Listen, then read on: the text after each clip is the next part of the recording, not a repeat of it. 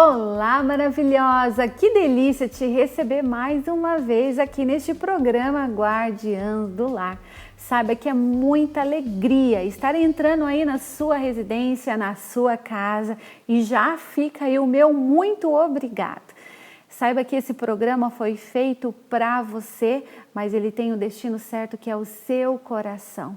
E ele vem do coração do nosso Pai, o nosso Deus. Então, muito obrigado por nos permitir entrar aí. Talvez eu nunca vá conhecer você pessoalmente, mas como é gostoso saber que a mensagem está sendo levada aí até o seu ouvido, entrando na sua mente e entrando também no seu coração.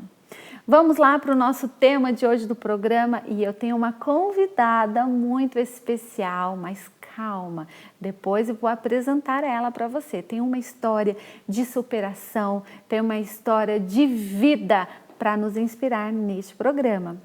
O nome do nosso programa hoje será O Poder da Presença. Mas que poder é esse, Lígia, que você está falando, você está dizendo? Então aperte os cintos e vamos lá. Eu quero que você leia comigo, abre sua Bíblia, Hebreus 10, versículo 19 e 22. Vamos ler juntas? Portanto, meus irmãos, tendo ousadia para entrar no santuário pelo sangue de Jesus, pelo novo, vivo caminho que ele nos abriu por meio do véu, isto é, pela sua carne, e tendo um grande sacerdote sobre a casa de Deus, aproximemo-nos com um coração sincero e em plena certeza de fé, tendo o coração purificado de má consciência e o corpo lavado com a água pura. Desde Gênesis, a palavra nos revela que Deus se preocupa em conectar a terra, o planeta em que vivemos, com a presença dele, o seu Espírito. Desde lá do início, pega a Bíblia, vai lá, já leu Gênesis, conta como nós fomos criados, da onde surgiu tudo, e é maravilhoso ver o cuidado de Deus sobre nós. A Bíblia relata que ele vinha diariamente se encontrar com Adão e Eva na viração do dia. Quer saber onde está escrito? Lá em Gênesis 3:8. Então ele ia ter um encontro com Adão e Eva. Isso demonstra a importância da comunhão do Pai com o homem. Comunhão essa diz respeito à alegria, ao favor e à graça. Lígia, você não está entendendo. Depois dessa história do Covid, eu decidi me afastar das pessoas. Faço tudo online mesmo, eu não quero contato, mas eu vou te falar. Existe um poder muito especial em estar em comunhão com pessoas, para você acessar a mesma frequência que essas pessoas. Por isso é tão importante você cuidar com quem você anda. Existia um ditado que minha mãe falava que eu não suportava, mas é tão verdade. Me diz com quem tu andas, que eu direi quem tu és. Então eu não quero andar com ninguém, deixa eu te falar. Mulher, tu que está aí do outro lado da tela, você foi feita para caminhar com outras pessoas.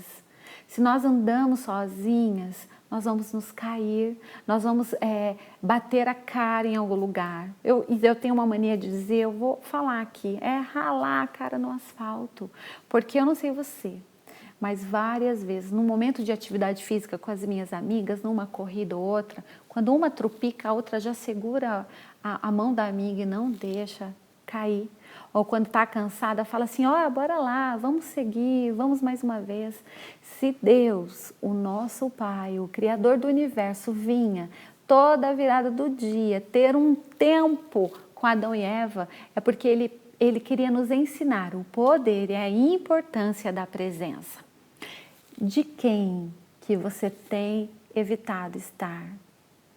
De qual presença você não quer estar e qual pessoas que de repente, se você se aproximasse mais, faria a diferença na vida dessa pessoa? Talvez você está reservando aí um tesouro escondido dentro da sua sala, dentro da sua casa. Não, mas é uma precaução. Sim, tem as precauções corretas, mas não se prive. Você carrega algo que é único, só você tem, ninguém tem igual. Por mais se eu tivesse uma irmã gêmea, ela não seria igual a mim, você não é igual a ninguém, você é única e a sua presença carrega essa unção, tá bom? Então vamos seguindo. Em Lucas 22, Durante a celebração da ceia da Páscoa, os discípulos começaram a discutir quem dentre eles seria o maior no reino dos céus. Veja só, a mesa representa o lugar de comunhão e é nesse lugar que os corações são expostos.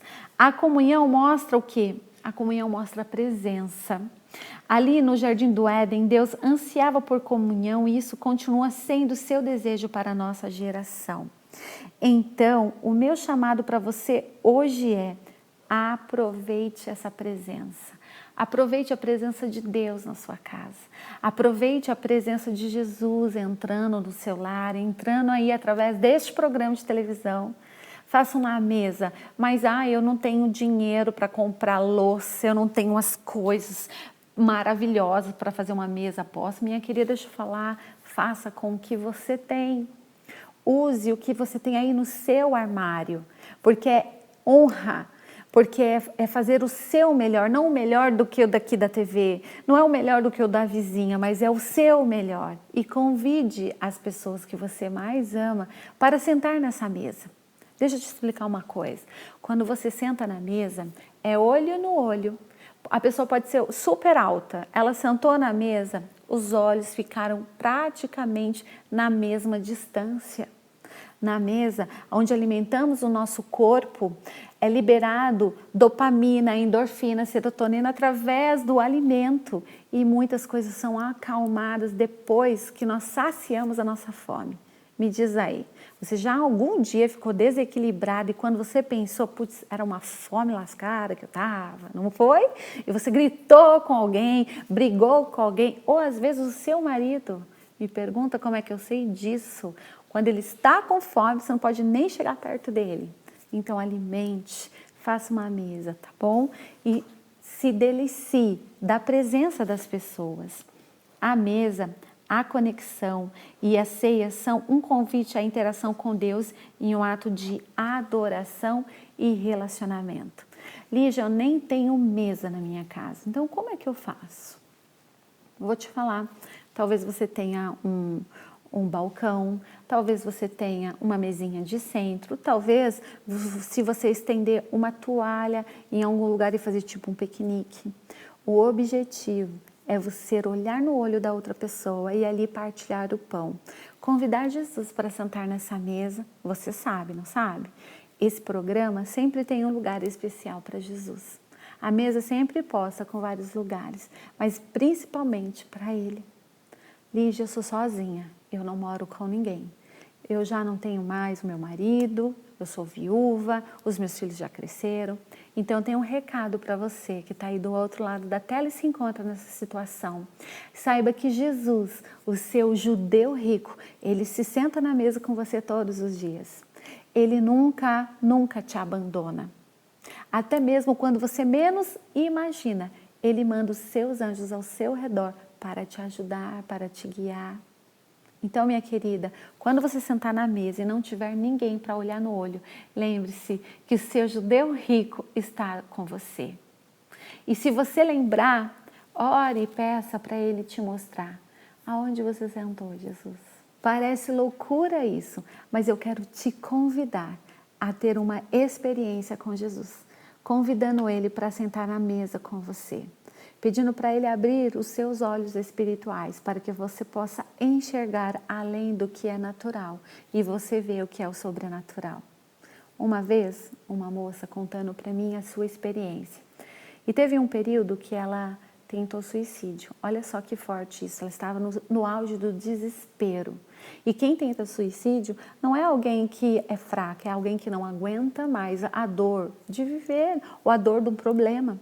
E ali ela tentou. Suicídio, estava sozinha, morando em um apartamento, numa cidade bem grande. E ela disse que gritou, e só deu um grito, ela não lembra, ela só deu um grito, Jesus me ajuda. Ela acordou no hospital, um amigo que foi socorrer ela. E segundo o relato desse amigo, ela ligou, ele recebeu uma ligação que ela estava passando mal e ele chegou no apartamento, invadiu o apartamento e socorreu essa mulher. Jesus está com você, mulher, nunca duvide disso. Você nunca está só. Só que deixa eu te falar uma coisa. Dependendo da atmosfera que você faz dentro do seu lar, você atrai algumas coisas. Qual tem sido a atmosfera que está ali no seu lar? Será que é de adoração? Ou é reclamação? Será que é de gratidão ou murmuração? Então você vai escolher qual é a atmosfera, qual é o clima que você vai atrair. Nós, guardiãs do lar, somos responsáveis por mudança de atmosfera no nosso lar. Mais adiante, após a queda no Éden, há diversas passagens em que Deus deseja comungar com o homem. Moisés, olha, foi um exemplo disso. Após um de seus encontros com o Senhor no monte, ele volta com o rosto todo iluminado, transformado. Aonde está escrito isso? Lá em Êxodo 34:30. Quando você está na presença dele, até a sua feição se torna mais alegre. Seu trabalho produtivo e as suas ações passam a revelar o Deus que mora em você. Sabe, você já viu assim, nossa, aquela pessoa parece estar meio carregada. Já ouviu isso? Você talvez já tenha falado isso? E você também já ouviu alguém dizer, nossa, você tem uma luz diferente. Você tem algo atrás. Não sei explicar o que é. Exatamente isso. São os encontros com Jesus que nos fazem diferente. É o encontro com Jesus que ele tira a nossa lente suja, a nossa lente no qual a gente só enxerga o natural para ver o sobrenatural. Não há como sair igual. Nós entramos em um novo nível de entendimento, discernimento e prosperidade. Passamos a entender como fazer as coisas acontecerem com facilidade. Quando a presença do Senhor habitava lá na Arca da Aliança, também havia ali um movimento celestial. Então havia um tempo em que a presença de Deus estava na Arca da Aliança. E as pessoas responsáveis por aquela arca eram pessoas separadas. Eram pessoas que não podiam pecar, eram pessoas que viviam em constante adoração. Elas viviam só para ficar ali perto da Arca da Aliança. A Bíblia conta de um homem que encostou na arca naquele tempo por engano e esse homem imediatamente morreu. Depois as pessoas ficaram com medo de levar a Arca da Aliança para suas casas, porque e se alguém tocar? Então Davi, ele quis fazer um templo para ter um lugar especial para essa arca. Até que veio Jesus. E Jesus morreu por mim, morreu por você. Verteu o seu sangue lindo, carmesim, para nos purificar e para que nós tivéssemos acesso direto do Pai. Então a presença desse Jesus, da presença desse Espírito Santo, passa no nosso meio, está entre nós e você tem um acesso direto a Ele. Nunca se esqueça isso. Não sabe? Lígia, talvez você pergunte, Lígia, eu não sei orar, não sei nem como falar. A oração não é uma reza, a oração é uma conversa. A oração você fala para Ele tudo o que você está sentindo, mas você também espera para ouvir o que Ele tem para te dizer. Lígia, eu não ouço nada, então observe a natureza, observe as borboletas, observe o sol, observe os sinais, porque Ele fala conosco também através dos sinais. O quanto ocupada fora do seu lar, ou ocupada com os problemas, ocupada com as adversidades que você não percebe que Ele está falando com você. Talvez eu estou aqui entrando dentro da sua casa hoje só para te dizer, ei, Deus está falando com você, presta atenção, observe os sinais. Teve um dia, eu costumo fazer lives pela manhã no meu Instagram, então fica aí, @euligiamiller. Agora estamos no período de live às 7 horas da manhã. Mas dependendo de quando estiver passando esse programa, verifica lá no meu Instagram para ver quais são os horários das nossas lives, ok? E teve um momento que eu fui fazer lá no lago, num lago perto da minha casa. Quando nós começamos a orar, eu e as meninas na live, os pássaros começaram a fazer um espetáculo. Vários pássaros entravam-se dentro da água, bicavam e levantavam. Gente, aquilo ali.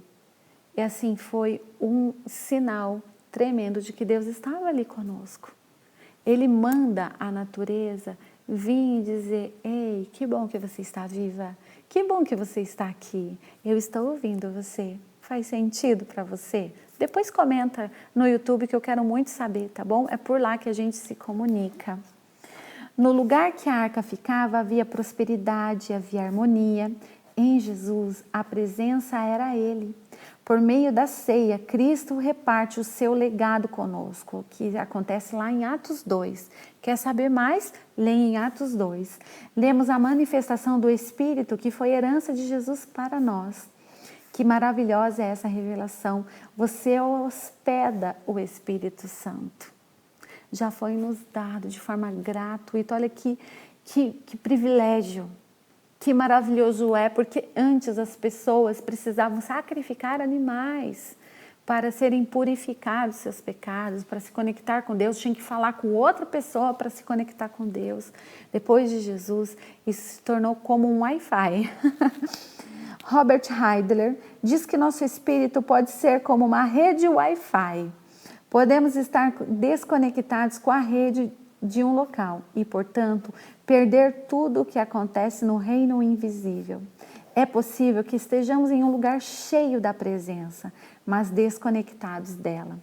Nós precisamos acessá-la para captar tudo o que está disponível a nós de forma sobrenatural. Será que seu Wi-Fi está ligado? O seu Wi-Fi do céu?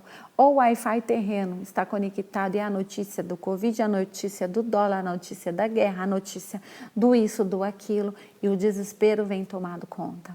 Me diz. Eu vou te falar e te fazer um convite. Se conecte ao Wi-Fi do céu, porque daí você vai receber todas as informações diretas dele, o nosso Deus, que é o nosso Pai.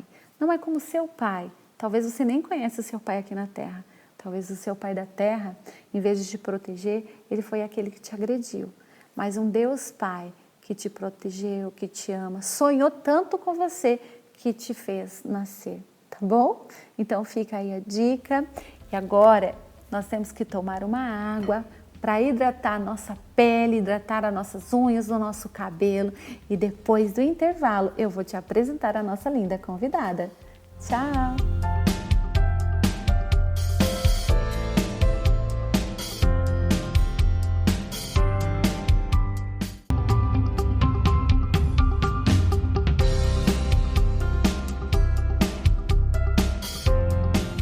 Então voltamos do nosso intervalo e eu quero apresentar para vocês a nossa convidada de hoje, uma linda, maravilhosa, Elaine Magari.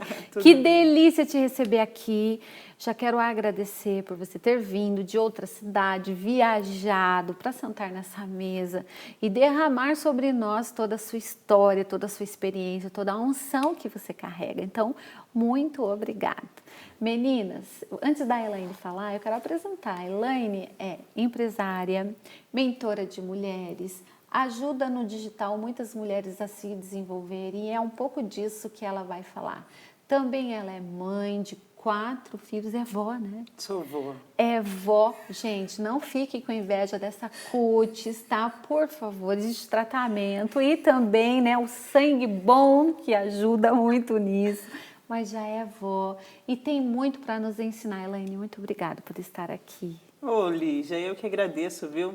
O convite, é uma honra estar aqui participando do teu programa e poder levar para as mulheres também uma realidade, né? Uma vivência que é possível você sair de uma depressão. Uau. E chegar ao sucesso, né? E o que é sucesso? Cada pessoa Isso. vai determinar para ela o seu sucesso, o teu auge, né? Isso. Então Mas vamos obrigada. começar lá do começo. Elaine, mãe de 4 filhos, que já é um desafio nos dias de hoje, né? Isso é abundância, é bênção demais os 4. E aí você chegou um momento na sua história em que você se viu em depressão, é isso? Na verdade, assim, eu tive meu primeiro relacionamento, Sim. meu primeiro casamento, 7 anos, 2 filhos. E aí, quando eu me separei, eu fiquei por 3 anos sozinha. Então, eu era a mãe, o pai, quem cuidava da casa, lavava, passava, cozinhava, Trabalhava. levava as crianças na escola, sustentava a casa sozinha. Uau. E eu achava que se eu tivesse uma renda financeira, se eu ganhasse dinheiro, se eu ganhasse bem, aquilo ia trazer para mim uma satisfação, uma alegria. Então eu pensava que as coisas, a minha alegria, a minha felicidade ia vir dos bens. Do dinheiro, por Do exemplo. dinheiro.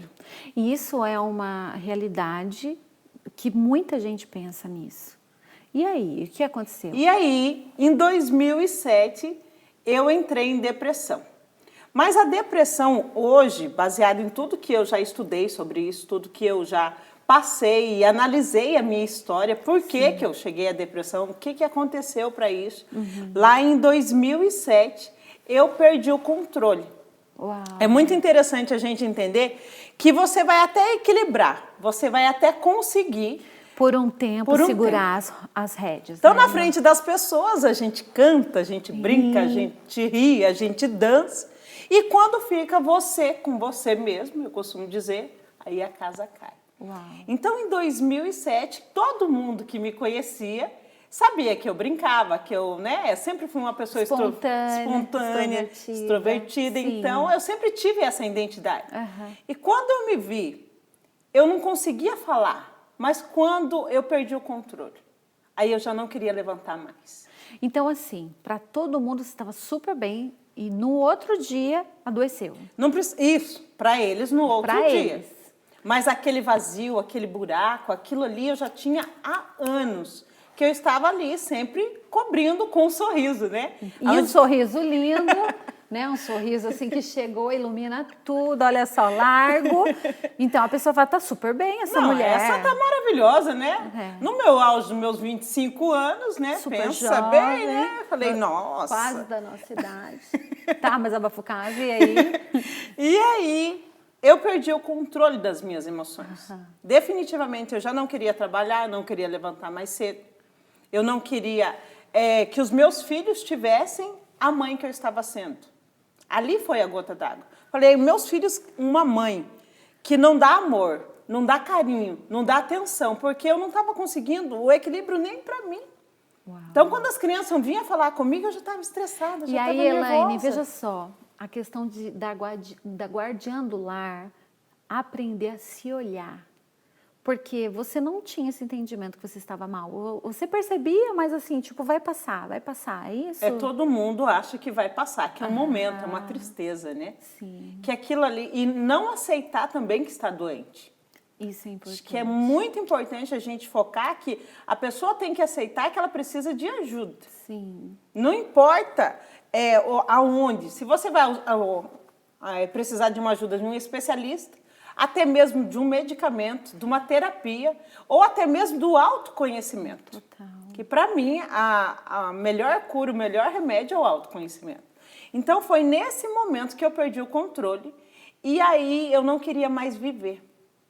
Uau. Eu falei, eu não quero mais essa vida. Infelizmente, todo mundo olhava, mas você é linda, você ganha bem, você tem uma casa perfeita, teus filhos são maravilhosos. Elaine, é falta de Deus. Então, e aí você trabalhou, então, cuidando das crianças e você começou a ter sucesso, então? Eu tive em 2006 para 2007, eu fui encarregada de produção, porque a minha linhagem bem rapidinho é assim. Eu fui empregada doméstica, lavava, passava, cozinhava. Nossa, você devia ser daquelas da boa. Doida, bem Nossa, doida. Do tipo minha, que já chega tchá, adoro. E era babá, lavava, passava, cozinhava, era babá. Depois disso, eu fui aprender a costurar. Tá? Trabalhei 2 meses gratuitamente para aprender a costurar. Aprendi a costurar. Depois trabalhei 2 anos numa empresa e daí fui ser encarregada de produção. Então, encarregada de produção era o meu teto. Entendi. Ali já ganhava bem, já sustentava a família. Bem assim, gente.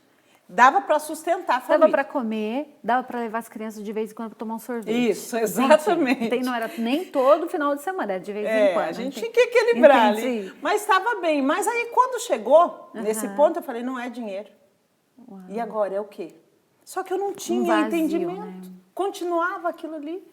Já não tinha mais mãe, já não tinha mais pai vivo, não tinha avó. Tinha uma irmã que carregava toda essa carga de responsabilidade de ter uma irmã com depressão, porque é aí que foi colocado na mesa, né? E, para piorar, eu fui para um beco sem saída. Eu não usei droga, calma, gente, calma, viu? Eu não me viciei no álcool, né? Mas eu tentei o suicídio. Uau. Eu achava que ali ia acabar com as minhas dores, porque meus filhos não mereciam uma mãe da forma que eu estava sendo.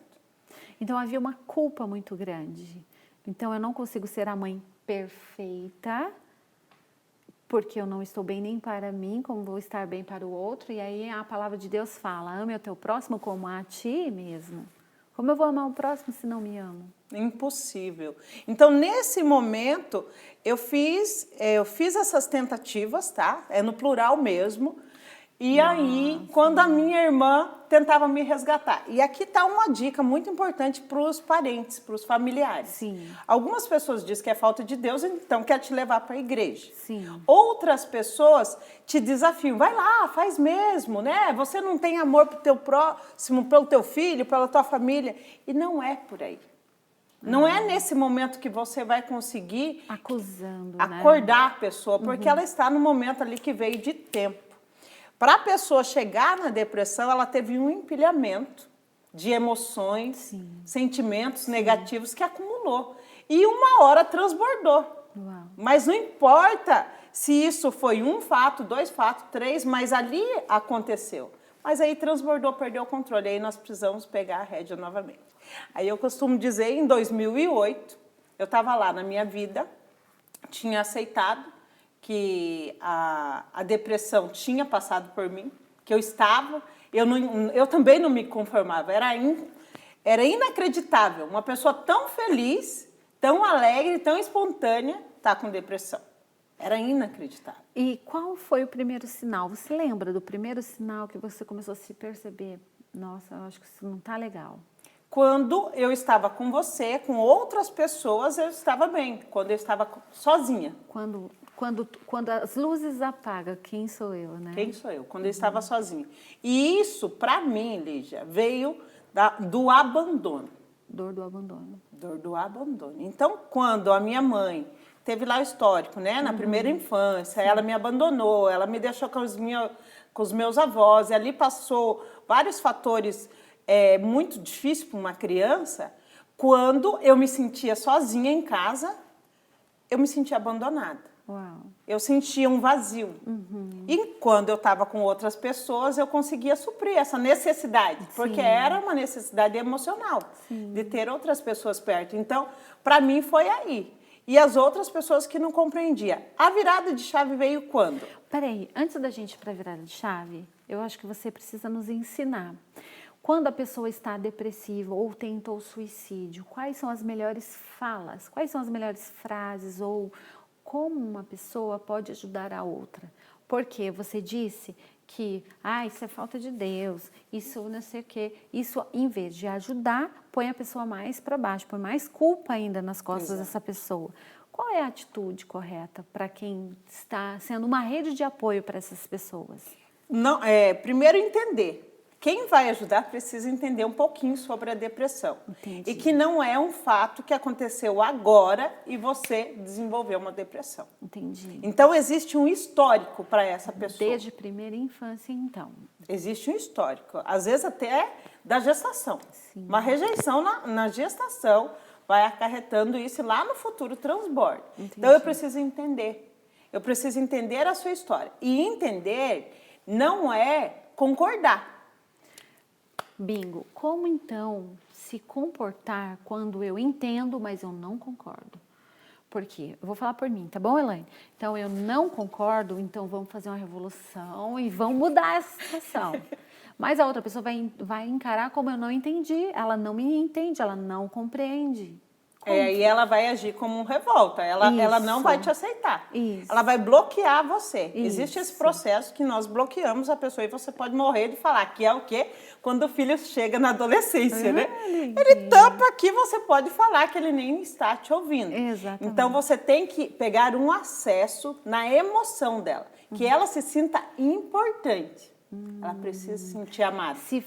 Então a pessoa precisa se sentir amada e importante por você. Aí você acessa o coração dela. É como se fosse a chavinha da porta do coração. Exato. Se você não tiver esse acesso, né, para essa emoção, esse sentimento, que ela confie em você, porque você precisa ser de confiança. Porque o que acontece? Muitas vezes a pessoa está em crise, está com depressão, e a pessoa vem aqui, busca informação e sai espalhando para a família toda. Nossa, terrível. Imagine quem está ali ouvindo, né? Passando por aquilo. Ali. Então você precisa realmente ser uma amiga de verdade. Se não for de verdade, não vai funcionar. Abre o coração para a pessoa só quando realmente ela se importa. E a gente conhece, né? No olho, no comportamento. E não é no momento de interesse. Então a gente entende, nós somos seres humanos de emoção, frequência, o que você estava dizendo um pouco antes no programa. Eu vou sentir se você tem realmente uma compaixão pelo que eu estou passando. Eu vou sentir se tem um momento de acusação. E as pessoas que dizem que é falta de Deus, eu posso garantir para você que não é falta de Deus. É porque realmente a pessoa não conseguiu esconder mais. Porque se a gente conseguisse ainda o equilíbrio, a gente viveria em depressão sem mostrar para o outro. Imagina a dor de uma vida inteira de depressão. Uma vida inteira de depressão, de fobias, de traumas, e você não consegue externar porque o outro não vai me entender. Por que eu vou falar? Você não compreende, você não está passando, você não passou por isso. E quando eu vou tratar com uma pessoa que já passou, eu falo, já passei. Eu entendo exatamente. Talvez, tem uma amiga minha que ela diz assim, a minha dor dói muito. Então, eu não sei, às vezes a tua dor dói muito. Porque às vezes eu passei por algum trauma, alguma coisa que não me afetou tanto quanto afetou você. E tá tudo bem. Porque cada um responde de uma forma diferente a uma dor, a um estímulo. Porque somos únicos. Né? E graças a Deus, não existe ninguém igual. E aí, como você superou isso? Rapaz, aí nós passamos por um processo e eu não fui a pessoa que foi para uma rede de apoio com terapia. Eu não fui porque eu sou muito racional. Então, se a pessoa... Eu cheguei na minha psicóloga e ela perguntou, né? Por que você veio aqui? Aquilo para mim já bastou para eu não... Porque tá tudo ótimo, querida. A vida tá maravilhosa. Estou aqui por apenas porque eu não tenho nada para fazer. Imagina, né? Então, já foi exatamente esse meu raciocínio, né? E, ai, eu conheço algumas pessoas assim, convivo com algumas assim. Fica a dica, viu, gente? E aí, nesse momento, quando eu falei, bom, terapia não vai me ajudar. Eu fui lá na psicóloga, ela passou uma lista para minha irmã de todos os traumas, bloqueios e, né, tudo que eu tinha ali. Transtorno disso, transtorno daquilo, transtorno então, não sei do quê. Era uma lista imensa. Era uma lista. Eu falei, olha, se eu for aceitar tudo isso que essa pessoa está dizendo, eu tenho que morrer e nascer novamente. Uau! Porque os bloqueios, os traumas, eles vão intensificar na sua vida se você aceitar isso. Tá? Se a pessoa disser que você é, você é. Isso é fundamental. Uma vez, Elaine, uma pessoa muito importante para mim, como até uma autoridade na minha vida, chegou para mim e falou assim, você é ansiosa, Lígia. Aquilo me deu um choque. Puf. Eu falei assim, eu sou ansiosa? Nossa, eu sou ansiosa. Nossa, não é que eu sou ansiosa. Mas aí me veio até um impulsionamento do Espírito Santo. Ele falou assim, não, você não é ansiosa, isso não faz parte da sua identidade. Você pode estar ansiosa ou também estar animada, porque tem muita gente que confunde animação com ansiedade. E dali eu rejeitei, mas eu já estava com uma certa idade, né? Já tinha passado por vários treinamentos de inteligência emocional. Só que se fosse muitos anos atrás, essa sugestão dessa pessoa entraria em mim e pronto. Aceitei e iria passar a vida dizendo que era ansiosa. Isso. E ia despertar os sinais, os sintomas, as reações de uma pessoa. Ia brotar. Então, plantou, ia brotar aquele negócio em mim. E aí você rejeitou essa? Aí eu falei, não, eu não sou isso que a pessoa está dizendo. Tá tudo bem, viu? Aí eu brinco, tá tudo bem, tô medicada, mas, né, com medicamento espiritual, né? E nesse momento, eu conheci o Vianês. O que o Vianês, o meu esposo, ele fez Ele brinca que ele é o meu remédio, né? Ele me tirou o foco. Por quê, gente? A depressão é você estar no mundo, num foco, sem ver possibilidade. Você não consegue enxergar nada mais além do que aquilo. Uau. Porque você batalhou tanto e chegou ali e trancou. Então, eu ficava assim. Quando o Vianney veio, eu falei, opa, posso cuidar, posso zelar. E para ajudar, o pai lá de cima, ele tinha um propósito. Ele tinha não, ele tem um propósito para todas nós, tá? Para todas, não é só para mim, nem só para a Lígia, para você aí também. Para todos nós. E nesse momento, eu engravidei.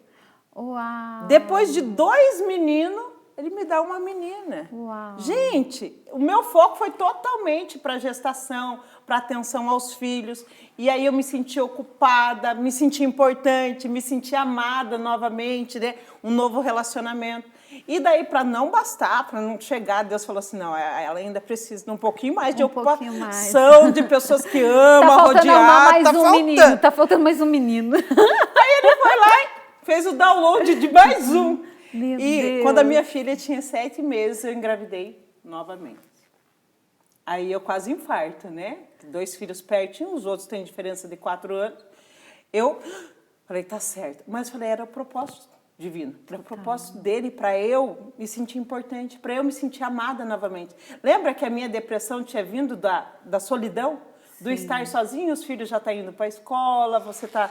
Né, não ter alguém para se relacionar, alguém para dividir, para conversar.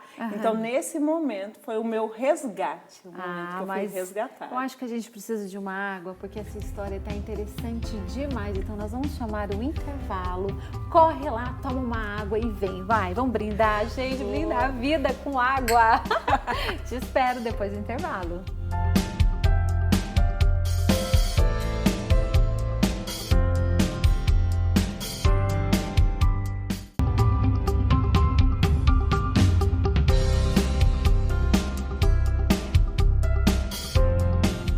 Voltamos então do intervalo e continuando essa história, e você vai saber qual é o final, Elaine. E aí veio o segundo filho, então, te brindando com muito amor, com muito carinho, e aquele estado que você estava depressivo, você não tinha mais nem como pensar, porque tinha mais duas crianças para olhar. Exatamente. Um pouquinho antes de conhecer o meu esposo, da gestação, eu já tinha ido trabalhar em casa. Então você eu já fui trabalhar em casa porque eu já não queria estar em empresa. Já era um sinal. Eu já não estava dando mais conta de sair porque a pressão mental já não suportava mais. Então, em 2007, eu fui trabalhar em casa. Em 2008, eu conheci o Vianney. Só agravou, tá? Para as pessoas que têm depressão, só agravou a questão de eu estar em casa. Porque aí sim eu não tinha contato com pessoas, aí sim eu me sentia cada vez mais sozinha. Então foi aí que agravou. Depois disso, eu já com uma máquina de costura, eu comecei a prestar serviço. Em 2008 eu conheci o Vianney. Vianney era servente de pedreiro, auxiliar de pedreiro. E aí nós compramos a segunda máquina. A primeira foi a minha irmã que me deu. A segunda, eu e ele pagava uma prestação de R$283. Nossa. Eu brinco que eu não esqueço esse número, porque a gente sofreu tanto para pagar esses R$283 que ficou marcado. E eu falei para o Vianney, você precisa aprender a área da costura. E eu trouxe o Vianney, né? Saiu do servente e veio trabalhar comigo. Aprendeu a costurar. O Vianney aprendeu a costurar. Você ensinou para ele? Ensinei. E se tornei um excelente profissional. Uau. Dos bons. Que eu adorava treinar ele, porque ele aprendeu a qualidade. Porque a gente preza primeiro a qualidade, né? Exatamente. Aprende, aí vem a qualidade, daí a quantidade, a produtividade. Né? Então, eu sempre fui uma treinadora excelente. Viu? Então, então vamos lá. Primeiro é qualidade. Primeiro é o aprender. Eu preciso aprender o processo. Aprendi o processo. Depois... a qualidade. Qualidade. Daí a produtividade. Produtividade. Precisa São ser 3 produtivo. pilares. E depois isso tem que caminhar junto. A qualidade e a produtividade tem que andar junto. Ok. Porque você imagine, você fazer 1000 blusas, mas toda torta. Não dá. Não tem como. Então, primeiro você baixa isso, aperfeiçoa, aí você vai fazer as 1000 blusas com qualidade. E o Vianney deu conta dos seus critérios de qualidade? Deu conta. Ele ficou, sabe, ninja, eu costumava dizer para ele. Você ficou ninja, amor. E aí eu ganhei ele na velocidade, porque deu um pouquinho de trabalho. Homem, na costura, né? Então, eles são mais travadinhos. Né? E para quem era pedreiro, Elaine, porque era alta coisa mais bruta, mais de repente vai para uma coisa mais delicada. Exatamente. Ele falava assim, a minha mão não faz assim. Eu falava, faz, fica tranquila que faz. Vai dar um jeitinho, vamos dar um jeitinho. Aí eu fui treinar ele com velocidade. No boné, gente, o processo é muito rápido. Então, deixa eu falar para as meninas, você tem uma fábrica de bonés, é isso? Eu tenho uma fábrica de bonés. E aí, no boné, o processo é tudo muito rápido. É mesmo? Então, cada mãozinha que eu fazia assim na máquina era uma peça que ele tinha que passar. Sério? Ele sofreu, viu? Sim, mas foi bem treinado. Mas ficou bom. Rapaz, depois disso, então, nós tivemos a segunda máquina e nós nos tornamos empreendedores. Então, eu e ele. Aí, nós fomos contratando gente. Colocamos uma pessoa, compramos mais uma máquina.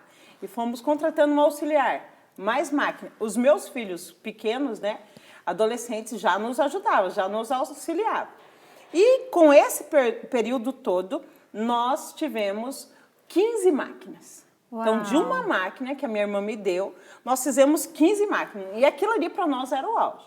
Aí a gente já podia tomar sorvete todo final de semana. Entendi. Aí já dava para pagar as contas e todo final de semana tinha como pagar sorvete. Já podia pagar sorvete, já podia comer alguma bobagenzinha. Elaine, e quem fazia a parte de vendas? No começo era eu. Eu fazia a venda, eu era multifuncional, né? Eu comprava, eu pagava, eu fabricava, eu costurava. Entendi. Eu cuidava da casa, eu fazia tudo mesmo. Aí eu fui encaixando o Vianney. O Vianney foi para o operacional. Certo. E aqui tem um erro, tá? Quando você vai trabalhar com o teu esposo, ele não tem que ser só uma atividade ou só o operacional. Porque daí a carga fica tudo em cima de uma pessoa só. Isso que eu ia te perguntar. Você, em qual momento você se sentiu sobrecarregada ou se sentiu sobrecarregada em algum momento, né? Na verdade, eu estava ali no auge dos meus 30 anos. Super nova. Gente, no auge dos 30 anos, você dorme 3, 4 horas por noite, tá tudo certo. E aí, eu não reclamava, de jeito algum. Só que eu deixei a peteca cair em outras áreas. Entendi. Aí eu passei a dar pouca atenção para os meus filhos, aí eu passei a dar pouca atenção para o meu esposo. Então, a área empresarial, o empreendedorismo, o financeiro estava indo até bem. Mas aí a parte familiar, que é a base, tinha desmoronado. E como que foi essa depressão? Então, nesse momento você já não tinha mais depressão? Já não tinha mais. Já. Porque aí quando as crianças nasceram, eles vieram e é Supriram. como saísse isso de você. Exatamente. Eu já não tinha mais, eu tinha voltado a conviver com pessoas, amava o que eu fazia, era apaixonada, continuo sendo apaixonada pela costura, e aí nós estávamos empreendendo. Nesse período, desequilibrou o emocional da família, e com isso, também a empresa. Isso que eu ia perguntar, porque quando não se tem uma alta performance familiar, a empresa é só uma questão de tempo. Exatamente, foi uma questão de tempo, a empresa quebrou. A gente não tinha mais dinheiro para pagar as pessoas que trabalhavam. Uau. E aí o relacionamento... E você consegue explicar por que isso? Da onde que é esse dinheiro? Porque aparentemente era para as contas fecharem. Era para fechar. Mas o que aconteceu? Eu trabalhava demais e não conseguia administrar tudo sozinho. Entendi. Então eu não estava prestando atenção aonde estava escapando. Aonde era essa torneira aí? Aonde tinha essa torneira. E tem um ponto que nos contribuiu, e também não é responsabilidade da pessoa, a responsabilidade é minha, e eu fui emprestando o nome, fui emprestando o cheque, fui ajudando uma outra pessoa que estava passando por dificuldade financeira. E na época ainda eu não tinha gestão da minha emoção e achava que eu era obrigada a ajudar essa pessoa, porque eu tinha uma dívida emocional com ela. Entendi. Ela tinha me ajudado numa época que o meu filho estava doente. Então, como ela te ajudou, agora é a sua vez, que é até o gatilho da reciprocidade. Exatamente. Esse gatilho saiu caro, viu? Nossa. Nesse momento, a nossa base já estava desestruturada. A empresa desestruturou, passamos a dever para a cidade toda. Uau. Toda. E nós não sabíamos como recompor aquilo ali. A primeiro sinal, adivinha o que eu fiz, né? Que você eu fugi, né? Fiquei trancada dentro de casa. E nesse momento o Vianney se levantou. Foi ele que encarava as pessoas, era Mais ele que uma atendia vez, o Vianney. meu Salvador.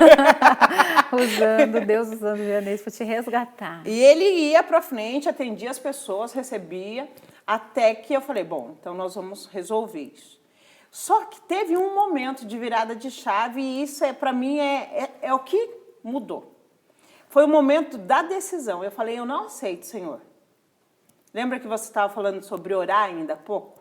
Sim. Então, eu sempre fiz as minhas orações, eu sempre conversei com Deus, na intimidade mesmo. Como você conversa com um amigo, com uma amiga. Isso é maravilhoso. E nesse dia, eu lembro assim, como se fosse agora. No dia do meu aniversário, dia 23 de julho, eu estava costurando. Eu já estava empreendendo em várias coisas, porque quando você está endividado, você tenta tudo quanto é coisa que falam que vai funcionar, porque você quer resgatar, você quer pagar as pessoas. Eu sofria 2 vezes. Primeiro, que eu já tinha sido terceirizada. Eu sabia que a pessoa que estava precisava. E porque eu devia e não conseguia pagar. E a única coisa que a minha mãe ensinou, que era o meu nome. Meu nome era a única coisa que eu tinha. Sim. Então, para mim, isso era um peso muito grande. Então, nesse momento que eu estava no dia do meu aniversário, José Eduardo, com 3 anos de idade, meu filho caçula, chega ao lado da minha máquina e fala, mãe, quer Gucci e bolacha? E nesse momento eu não tinha. O Vianney estava logo próximo assim, eu falei, amor, tem dinheiro para comprar Gucci e bolacha pro Dudu? Na época ainda ele era Dudu, agora é José. E ele diz assim, e ele disse assim, Elaine, eu estou contando as moedas para comprar um pacote de arroz. Uau. Mas não era contando as moedas, assim, era literal mesmo. Sim. Não tinha. Quem nunca passou por isso não consegue imaginar como é isso, juntar R$1, R$2, ver quanto tem. 10, 5, 20, juntando, foi contando. Sim. E naquele momento, no mesmo local que eu estava, lembra que eu disse que eu tinha uma intimidade muito grande com Deus? Sim. E eu falei para ele, Senhor, eu não aceito isso. Eu não aceito. Não é possível que o Senhor me permitiu que eu passasse por tudo que eu passei para chegar nesse momento, eu não poder honrar minha família. Falei, não, eu não aceito. Com todo respeito, eu falei para ele, né? Com todo respeito, mal educado, eu falei para ele, Senhor, se vira. Eu não sou preguiçosa, eu sou trabalhadora, eu sou esforçada, eu vim da roça, trabalhei como doméstica, não importa o que eu vou fazer, mas o sustento da minha família tem que vir. E aí, você pensa que Deus fez assim, caiu um pacote de arroz, as coisas... Não, magicamente, calma, né? não foi assim, tá? Não foi igual na Cinderela, as coisas não aconteceu desse jeito. E eu continuei trabalhando, mas o Senhor me ouviu, porque eu falei do meu coração. Ele me ouviu. E como que eu sei que ele me ouviu? Mais ou menos 1 mês depois, um cliente nosso mandou mensagem pedindo um produto. Imagine, gente, se você não tem dinheiro para comprar um pacote de arroz direito, como que você vai produzir qualquer coisa? Sim. E nesse momento, eu me humilhei para minha irmã novamente, porque ela já tinha desistido de me ajudar. Porque ela já tinha ajudado tanto, ela já tinha me dado uma máquina de costura, ela já tinha me dado vários votos de confiança, e essa pessoa não prospera, vou parar, né? Sim, e eu falei para ela, mana, pelo amor de Deus, eu preciso que você compre pelo menos o primeiro pedido, o primeiro tecido. Tudo que for costurável, tudo que nós pudermos fazer, eu vou fazer. E aí tem a outra sacada de empreendedor. Eu negociei a forma de pagamento. Então, eu preciso que seja 50% de entrada e 50% na entrega. E antes, os clientes mandavam na minha empresa, pagavam do jeito que eles queriam. Que dava, né? Então, nesse momento, foi aonde que a minha irmã, ajudou, comprou os tecidos e nós começamos tudo novamente. Aí a gente dormia 2, 3 horas por noite, sábado, domingo, feriado, dia santo, não tinha dia para trabalhar e nem hora. E aí eu falei para o meu esposo, nós temos um objetivo, que é pagar todas as dívidas e conquistar uma casa própria, nós vamos viajar com as crianças, vamos mobiliar a casa, e eu voltei a sonhar. Uau. Eu voltei a imaginar o meu futuro. Elaine, nesse período, você sentiu que a depressão estava tentando te dominar novamente ou não aconteceu? Nesse ano que eu fiquei em casa. Tipo assim, que eu não tive coragem De encarar as pessoas. de encarar as pessoas, Entendi. porque era muito mais profundo. Mas nesse ano você pensou em suicídio? O tempo todo. Uau! Porque ela volta. Havia planejamento para isso? Vem os A forma. Você precisa, vem as formas. Você consegue visualizar. O que eu já estava aprendendo, né? Nesse período que eu aprendi a inteligência emocional, eu estava aprendendo ao controle. Então, quando vinha, eu tirava o foco. Quando vinha aquela imagem, aquele sentimento, eu mudava o foco. Eu lembro uma vez que o Vianney chegou perto da minha cama e trouxe um prato com arroz e feijão. Misturado assim, né? Acho que ele pegou e sobra e misturou. Aquela vontade era pegar aquele prato e jogar, né? Se revoltar. Mas eu aceitei. Então, a minha depressão ali, ela não se restabeleceu realmente, porque eu fui aprendendo o governo da mente, o governo do corpo, das minhas ações. E ele foi levar o feijão e o arroz no prato para você porque você não levantava da cama? Porque eu estava na cama. Então, viu, meninas? Aqui está falando uma história que a gente vê essa mulher forte falando, pensa que ela não passou por isso, que se quer ficar na cama, né? Porque é um estágio já avançado de nem querer levantar para comer. Não quer comer, não quer tomar banho, não quer conversar, não quer sair de casa. Uau. Você perde a vontade de fazer qualquer coisa, porque você imagina assim, se eu sair na rua, eu vou encontrar quem eu devo. Sim. E como eu vou olhar para a pessoa? Porque eu já tinha negociado, já não tinha conseguido pagar. Então, eu já tinha tentado tudo que era possível na minha mente fazer, eu já tinha tentado. Então, eu já tinha perdido realmente o controle disso. E aí, quando a gente restabeleceu a empresa, começamos por esse pedido. E eu falei para o Vianney, falei, olha, se um cliente, eu que era o comercial, né? Falei, se um cliente quer, mais quer. E nesse período, eu falei para o Vianney, o negócio é o seguinte, meu querido, você vai precisar fazer a parte da venda. Você vai viajar, você vai atender os clientes, você... E passei para ele essa tarefa. Levei ele uma vez, apresentei ele para os clientes e a partir daí ele assumiu. E eu descobri que aí também era outra falha. Lembra que eu disse lá atrás? Sim. Ele ficar só atrás da máquina, no operacional, e eu fazendo tudo. Sendo que ele também tem capacidade, sendo que ele também tem inteligência, sendo que ele também tem sabedoria para exercer outras tarefas. Mas para ele era confortável, Lígia, tá lá. A responsável, se der certo, é a Elaine. E se não der, ela também. Entendi. Né? E aí ele assumiu essa parte E por eu tenho certeza que não era nem ele que iria falar, é dela, você mesmo, com o seu jeito, com a sua forma de pensar. Não, a minha, sou eu. E te conhecendo, Elaine, até uma questão sua. Não, a responsabilidade é minha, porque eu errei, fui eu que fiz, eu encabecei, isso fui eu. E aí ele foi para frente, negociou com as pessoas. Ele começou a fazer o comercial, isso já tirou um peso. Sim. Né? E ele também já passou a ser responsável pela empresa. E aí nós prosperamos junto. Nesse período, Lígia, eu tinha pedido para Deus, por isso que eu disse, né, que a depressão não tem nada a ver com relacionamento com Deus, gente. Eu tinha pedido para Deus 4.000 peças. Eu falei, Senhor, se o Senhor me der 4.000 peças, eu consigo parcelar as contas, pagar o meu aluguel, pagar isso, pagar aquilo, eu consigo sobreviver diante das minhas contas, com o lucro e mais a produtividade que a gente fazia braçal. Eu pedi 4.000 peças por mês. Por mês. Então, para mim, era suficiente aquilo. Dava para manter a vida que você estava ali, pagando as continhas. Pagando tudo. as contas que eu devia, que o meu principal objetivo era esse. Sim. E aí, na virada de 2016 para 2017, nós estávamos produzindo 7.000 peças. Mas não é por mês, Não. era por dia. Uau, meu Como? Deus. Eu não sei explicar. Eu só posso dizer que foi o Espírito Santo, que foi Deus que nos proporcionou a produzir nesse período de 6 meses 360.000 peças. Foi de agosto, lembra que eu disse? Aniversário em julho, de agosto até fevereiro nós produzimos 360.000 peças. Uau. Daí para frente foi só bênção. Aí compramos a casa própria, compramos o carro do sonho, né? Viajamos com as crianças. E depois disso, agora, em 2 anos, que a gente conseguiu realmente desligar da empresa e ter a liberdade geográfica. Então, vamos viajar, vamos curtir mais a família. E a empresa está girando ali. E a empresa está rodando sem precisar que a gente esteja presente. Uau, Elaine, que lindo isso. Mas eu quero que você olhe ali para aquela câmera e fale com aquela mulher que está na cama. Talvez o marido está levando a comida no prato, porque nem é todos que levam, né, Elaine? Não é todos que suportam isso. E ela se sente sem esperança, não tem solução, essa história ninguém me entende, ninguém me compreende, mas eu quero que você mais do que ninguém sabe que dor é essa. Que recado você dá para essa mulher que está ali, ó, do outro lado da tela? Olha, mulher, eu entendo você. E eu sei que está doendo. E eu sei que tem um vazio aí. E esse vazio não tem como ser suprido por humano. Tá? Então não espere que outra pessoa vá fazer por você. Você precisa fazer por você. Você precisa se conectar ao Pai e dando pequenos passos. Todos os dias, tá? Levante e tome seu banho.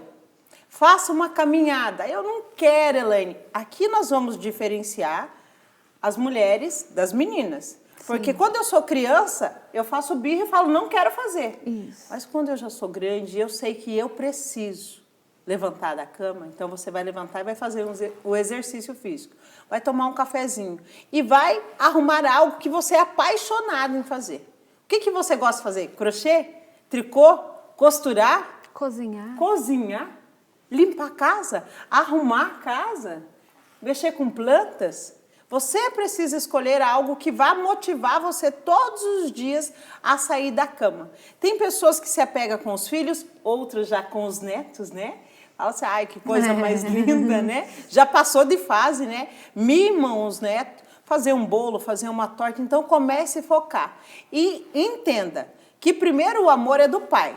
Primeiro a gente ama ele sobre tudo. Depois a gente. Então, o segundo mandamento é amar o próximo como a ti mesmo. Eu preciso me amar para eu poder amar outras pessoas. É verdade. Então, esse é o meu recado. E se precisar de alguma coisa, deixe mensagem aí que a Lígia me fala, que a gente escreve lá também e responde você. Com certeza. Elaine, muito obrigado por vir aqui, ter aceitado esse convite, por dizer sim para a vida, mesmo que a morte tenha tentado bater na sua mente durante várias vezes. E eu louvo a Deus pelo seu sim, pela sua família e pela unção que você carrega. Deus abençoe você. Amém, obrigada. E eu quero também agora agradecer a cada um que faz deste programa uma grande realidade. A cada parceiro que faz desse cenário lindo, quem me veste, quem me maqueia. E a você, guardiã do lar, que está aí do outro lado da tela, que nos permite entrar no seu lar. Até o próximo programa. Tchau!